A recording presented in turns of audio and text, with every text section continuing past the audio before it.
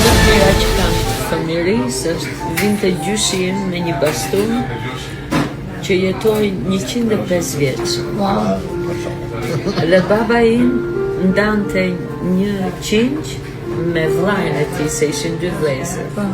Se ato kanë ndjekur delet si çoban edhe kanë për gjynaf që të hajnë një qingj, një djalë, një qingj djalë tjetër. So e ndanin për gjys që mos të vrisnin dy qingja, se ishte gjë shumë e madhe. E ne nuk hajmë kur me shqingji vetëm për Pashkë.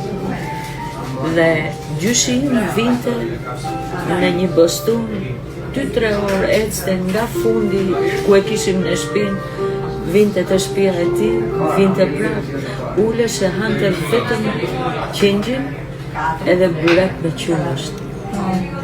Edhe i dridheshin duart dhe baba im i këndonte ato këngët e bukura.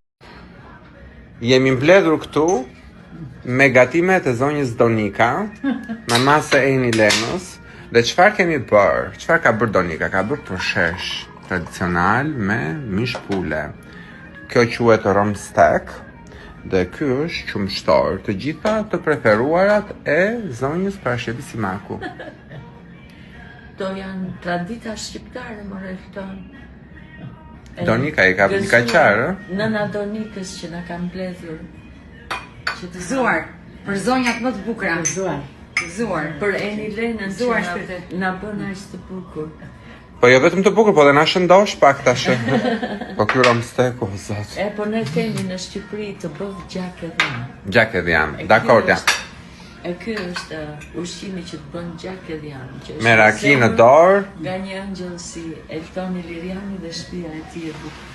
Edhe ujë. Edhe